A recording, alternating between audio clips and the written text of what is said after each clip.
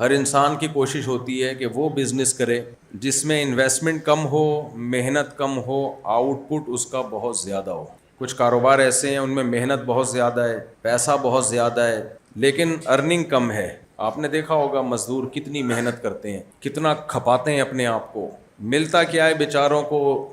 ایک دہاڑی جس میں نہ وہ گھر خرید سکتے ہیں، اپنے بچوں کے لیے بمشکل 2 وقت کے کھانے کا انتظام کرتے ہیں۔ لیکن بہت سے لوگ ایسے ہیں کہ جنہیں کچھ بھی نہیں کرنا پڑتا، ایک سائن کیا بس کروڑوں روپے کما لیے بیٹھے بیٹھے۔ تو دنیا میں ہر شخص یہ چاہتا ہے کہ میری محنت کم ہو لیکن اس کا رزلٹ زیادہ ہو، پیسہ بھی کم سے کم لگے، نتیجہ زیادہ اچھا نکلے۔ تو میری کوشش یہ ہوتی ہے کہ اللہ مجھے وہ کہنے کی توفیق عطا فرمائے جس میں محنت کم ہو لیکن اس کا فائدہ زیادہ، وہ باتیں میں اپنی زبان سے کہہ کے چلا جاؤں۔ کرنے کے لیے تو بہت کچھ ہے، بولنے کے لیے بہت ساری باتیں ہیں جو آپ کے سامنے رکھ سکتا ہوں، علماء سے آپ سنتے رہتے ہیں، لیکن اللہ سے دعا کرتا ہوں اے اللہ کم وقت میں وہ باتیں کہلوا دے جس میں بات کم ہو لیکن اس کا فائدہ زیادہ ہو۔ وہ کون سی باتیں ہیں؟ یہ جو میں نے ابھی قرآن کی آیت پڑھی ہے نا، اس میں وہ ساری باتیں موجود ہیں۔ ہم جس دین کو مانتے ہیں، جس کو اسلام کہا جاتا ہے، دنیا میں 2 ہی طبقات ہیں نا، دین کو، مذہب کو ماننے والے اور نہ ماننے والے۔ جو نہیں مانتے وہ ایتھیسٹ کہلاتے ہیں، ملحد کہلاتے ہیں، وہ عیش پرست ہوتے ہیں، وہ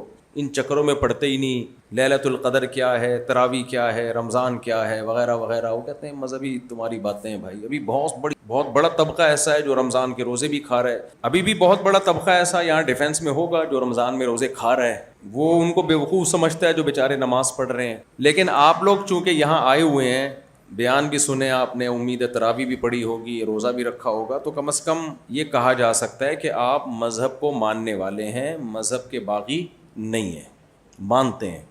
ورنہ اتنا بھی کیوں کرتے، آ کے بیٹھتے کیوں؟ کسی مولانا کے بیان میں آ کے بیٹھنا یہ اس کی علامت ہے کہ آپ کسی نہ کسی درجے میں آخرت کو مانتے ہیں، اسلام کو مانتے ہیں، ورنہ مولانا صاحب سے آپ کو کیا ملے گا؟ ثواب کے علاوہ کچھ بھی نہ۔ میں یہاں بالو شاہی بانٹ رہا ہوں، نہ میں آپ کو پیسے کمانے کے یہاں طریقے بتا رہا ہوں۔ ابھی بھی آواز صحیح نہیں ہے مائک کی، مجھے خود الجھن ہو رہی ہے اپنی بات سننے میں۔ خیر، ہم کسی نہ کسی درجے میں مانتے ہیں، ورنہ آپ مجھے سننے کے لیے کیوں آتے؟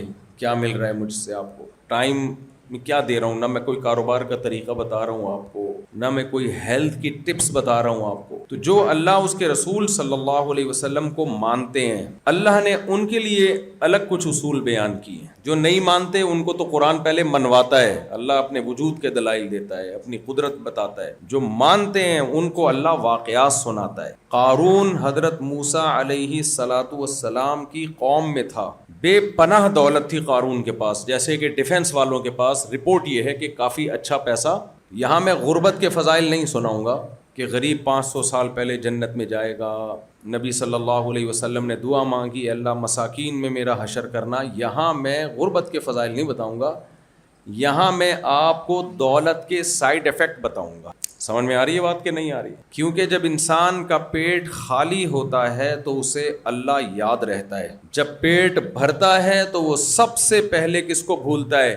اللہ۔ بنی اسرائیل موسیٰ علیہ السلام کی قوم تھی، غریب تھے، مسکین تھے، حضرت موسیٰ پہ ایمان لائے۔ لیکن بنی اسرائیل میں قارون ایک واحد شخص تھا جو تھا بنی اسرائیل میں سے، مگر موسیٰ علیہ السلام پر ایمان نہیں لایا، اور فرعون کے ساتھ تھا۔ وہ کیا تھا بھائی؟ قارون میں تھا، بنی اسرائیل میں سے، موسیٰ علیہ السلام کے معجزے بھی دیکھ رہا ہے، قوم بھی ایک ہے، مگر بیٹھتا کس کے ساتھ تھا جا کے؟ ٹھکانا کس کے ساتھ؟ فرعونیوں کے ساتھ۔ اور فرعونی بھی اس کو گلے لگاتے تھے، حالانکہ فرعونی تو بنی اسرائیل کو چھوڑتے نہیں تھے، کوئی بنی اسرائیل کا بچہ پیدا اس کو قتل کرتے تھے۔ لیکن قارون کے ساتھ فرعونیوں کے جو تعلقات تھے بہت اچھے تھے۔